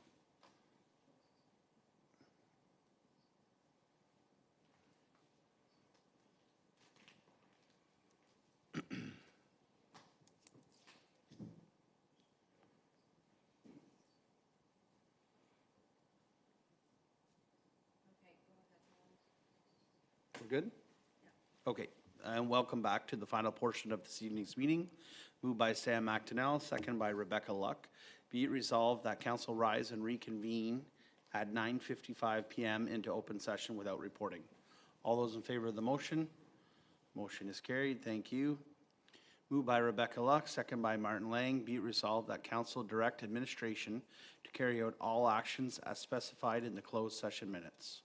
All those in favor of the motion? Motion is carried. Thank you.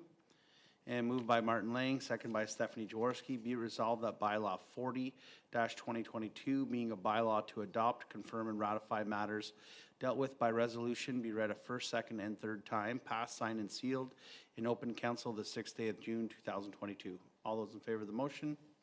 Motion is carried. And moved by Stephanie Jaworski, second by Sam McDonnell. Be it resolved that council of the Township of South Glengarry adjourn to the call of the chair at 9:56 PM. All those in favor of the motion? Motion is carried. Thank you all for coming, and we'll see you soon.